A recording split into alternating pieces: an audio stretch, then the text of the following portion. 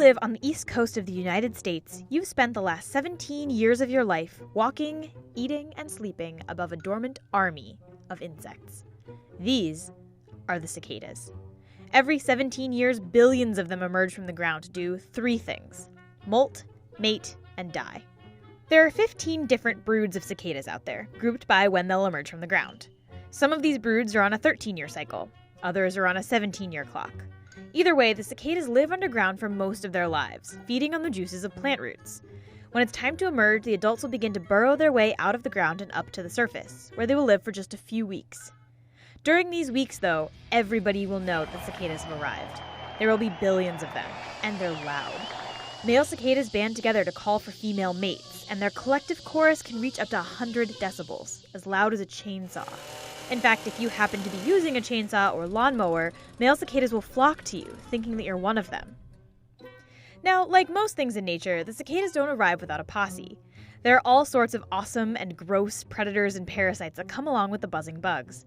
Take the fungus Massospora, for example. This little white fungus buries itself in the cicada's abdomen and eats the bug alive, leaving behind its spores. When those spores rupture, they burst out of the still alive cicada, turning the bug into a flying salt shaker of death, raining spores down upon its unsuspecting cicada neighbors.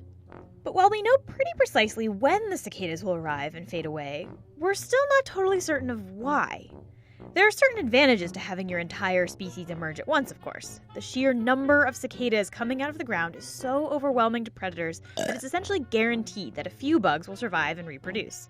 And since cicadas emerge every 13 or 17 years, longer than the lifespan of many of their predators, the animals that eat them don't learn to depend on their availability. But why 13 and 17 years instead of 16 or 18 or 12? Well, that part no one really knows. It's possible the number just happened by chance, or perhaps cicadas really love prime numbers. Eventually, the cicadas will mate and slowly die off, their call fading into the distance. The eggs that they lay will begin the cycle again, their cicada babies burrowing into the earth, feeding on plant juice and waiting for their turn to darken the skies and fill the air with their songs.